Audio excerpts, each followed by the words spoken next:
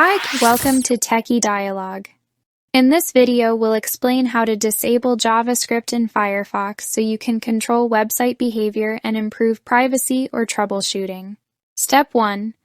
Open Firefox and click on the address bar at the top. This is where you normally type website addresses. Step 2. Type about.config in the address bar and press Enter.